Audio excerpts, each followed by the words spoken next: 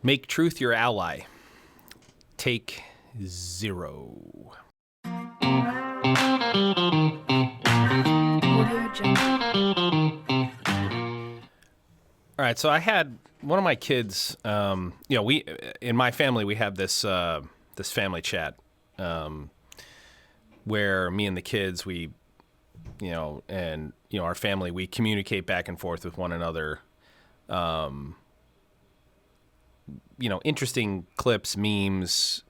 Mostly like profound stuff. I mean, in our family, we talk about real stuff. My favorite thing to do is to sit in the living room and watch YouTube videos or movies with my family, and then we basically pause at key moments, and then we have discussions, and we talk about philosophy, we talk about sociology, and we talk about political science, and we just we have deep conversations in our family, right? So we have a family chat where we do really the same thing, and last week, I think Friday, maybe Thursday, one of the kids posted a 10-minute or 12-minute motivational speech from Jordan B Peterson entitled "Truth," and you guys may have seen it. And so I watched it, and it's pretty profound. Here's something I've been struggling with in my life. If you guys want to, part of the adversity and success is about me talking about how I work through, how I have worked through struggles in my life to achieve success. And, but also the plan is to, talk about when I do struggle in real time, and maybe that'll help, if I'm a successful guy, and if I, talk about how I work through these things, then, it might be able to help someone else. I don't know if that's delusional or not, but, I'm gonna do it anyway. So anyway, something I've been struggling with lately is reconciling in my head how good people can do bad things. Okay, now not good people make mistakes, right? Because we're fallen beings. Bad things are, really like where intent, you intend to hurt someone, or you intend to, lie where you're going to hurt someone, or you intend to exploit. And I have really had a great deal of trouble reconciling how good people can do bad things. And when you have like someone in your life, this is especially troubling when you have someone in your life, like say you've got a kid who's addicted to drugs or stealing from you or whatever. I mean, there's a gazillion examples. When that's not the struggle that I have. Mine is a lot less severe, the scenario that I'm in, or the one that I'm struggling with. But, I have a person in my life who for a long time I've believed was a very good person. A good person who, like the rest of us, is fallen, and each day this person is totally committed to being a better version of themselves, right? I want to be the best version of me, and I know what I'm capable of. I know the positive impact I can have on the world around me, and every day I'm going to strive to be a better version of me, which we all do, right? If we're fallen, the first thing that we have to do is overcome our fallen nature, right? That, hey, if left to our own devices, we're going to do what we want instead of what we need. We're going to use people, maybe not intentionally, but we're going to use people. We're going to be selfish. We're going to justify that. We're going to rationalize it, right? And that's just no way for a society to function. It's no way for an individual to feel fulfilled. I mean, there's just a gazillion reasons things wrong with that mindset. So I've really struggled with how, this specific person could be a good person, but do some objectively very bad things, over the course of many years, So, and I think we all know people like that. I think we probably all have many people like that in our lives.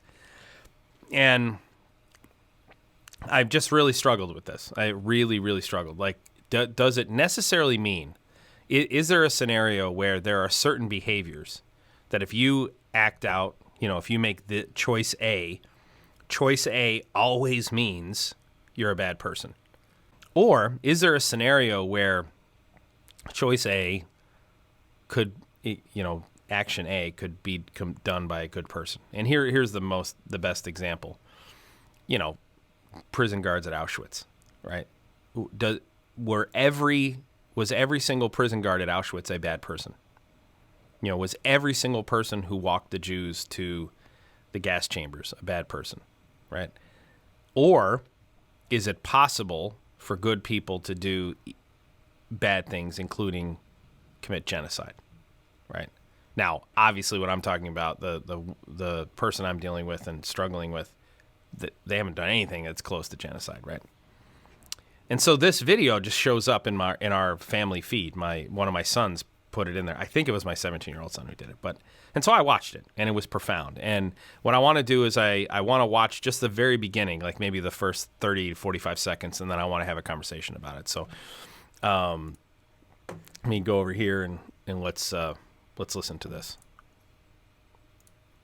In order to find your way through all of that, you need to develop a relationship with something that's profound. And you have that capacity.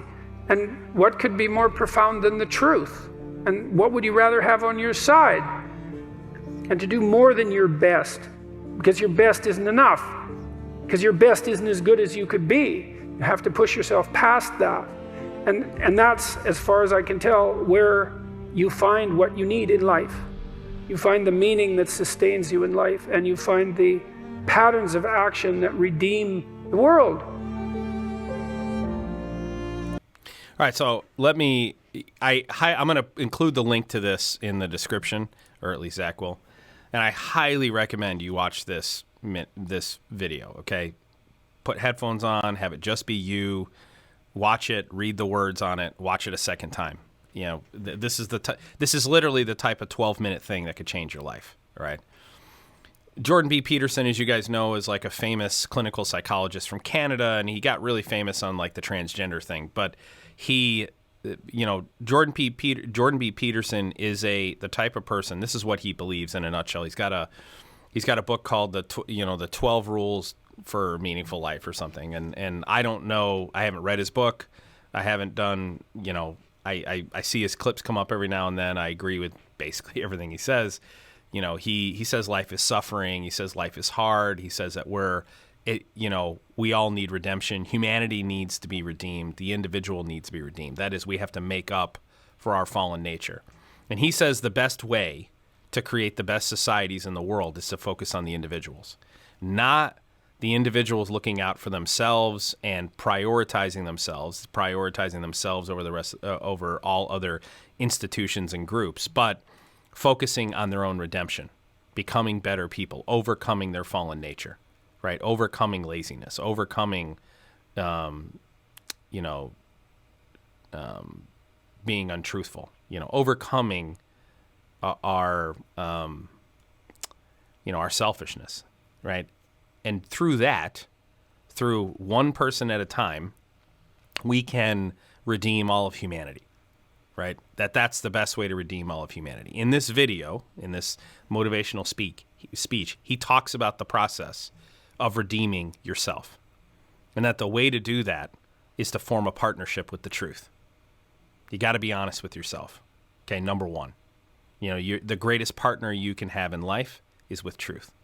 And he says only through truth can you know who you really are, and can you delineate between those traits of your personality that are worthy of your future and those that are not. And that the process of redemption through truth, that is, I'm being honest with myself about who I am and what I'm motivated by and the things that I've done and the things that I've said, by being honest with myself and forming a relationship with truth, I can find out, I can clearly delineate between the things about me I need to keep and the things about me I need to burn away. And he actually calls it dead wood, that you burns away and it's painful. And what happens coming out on the other side is real meaning. What happens through that process coming out on the other side is that you find real meaning by contributing through your own redemption. Okay? And then you can contribute to the redemption of humanity. And then he juxtaposes that discussion with this conflict he's had about how can good people do bad things, specifically Auschwitz, specifically the Holocaust. And he says, I have to resist the urge to say, oh, I would have ever been a guard at Auschwitz. And I have to acknowledge that there's a scenario where I would have been too. Right? That I believe I'm a good person, and I can't fall into the trap where I just compartmentalize everyone who's ever done a bad thing into this group that they are bad people. Okay? And this video came along at a profound, at the exact moment in my life I needed to watch it. Right? And I believe my mother somehow made that happen. Right? My mother up in heaven. And when you watch this video, when you walk through this discussion, what stands out is this, and really three things. Number one, if you start thinking back on your life, if you listen to the video, you have to ask yourself, when did I formulate a relationship with truth? Okay? And the question I want to ask you is, when did you formulate a relationship with truth? Moreover, do you have a relationship with truth? Okay? Number two, what were the consequences of starting that relationship? What changed about you? What did you learn about you? What did you learn about the situations you put yourself in? What did you learn about the process that you went through to make choices? What did you learn about the outcomes that you created through those choices? And number three, how did you grow? Like, how did I grow through that relationship with truth, right? And here was the example for me. Like, when I was growing up poor, being poor was like that mud analogy I talked about with the ladder over here. That being poor and socially mobile feels like you have dirt on you still. You're walking around, everyone's clean, but you've got dirt on you. It's like this layer of something, and you want to compensate for that. And so what I used to do when I was younger was I would do everything in my power to make sure or to not say or do anything that would reveal to others that I had grown up poor. But what I failed to understand in that process, I just wasn't being truthful with myself, or at least embracing my own truth. What I failed to understand in that process is that growing up poor plays a huge role in who I am as an adult. And that by embracing that truth, what I was able to, it set me free. It gave me the ability to just share with the world, hey, I'm a poor kid who made it. And when I say poor, I mean I had to save up to be poor, right? I did not have the childhood anyone wants to have, with the exception of the values and beliefs, the values instilled in me by my parents, the virtues, right? Discipline, respect, and hard work.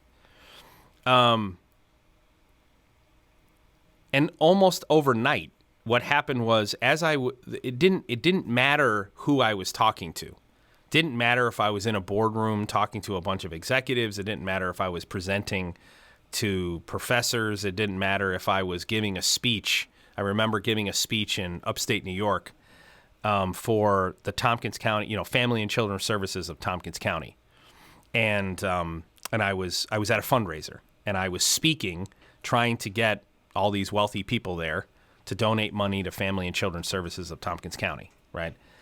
And it was one of the first public events where I openly spoke about my childhood, where I embraced the fact that I was poor, right? I had grown up poor. And almost immediately from that moment, my level of self-respect and the respect of people around me skyrocketed, which was the exact opposite of what my fear was when I spent all that time hiding from the truth, which was that I had grown up poor, right? Jordan Peterson talks about in this video how, we can only redeem humanity through the redemption of the individual over and over and over and over again. And it really struck with me. I mean, the speech is entitled "The Truth," and he talks about needing that relationship with truth. And he also talks about how it's something we all of us already know, right? And so what I want to ask you guys to do is, I want to ask you to watch that video, okay? Comment on what you think about it in the comments below, and talk about your relationship with the truth. Have you experienced a personal transformation by embracing truth?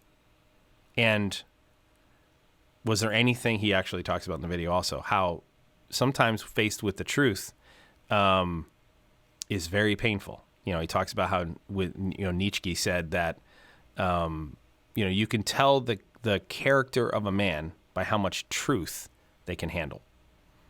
And I want to leave it with that. That's obviously a profound truism. Okay.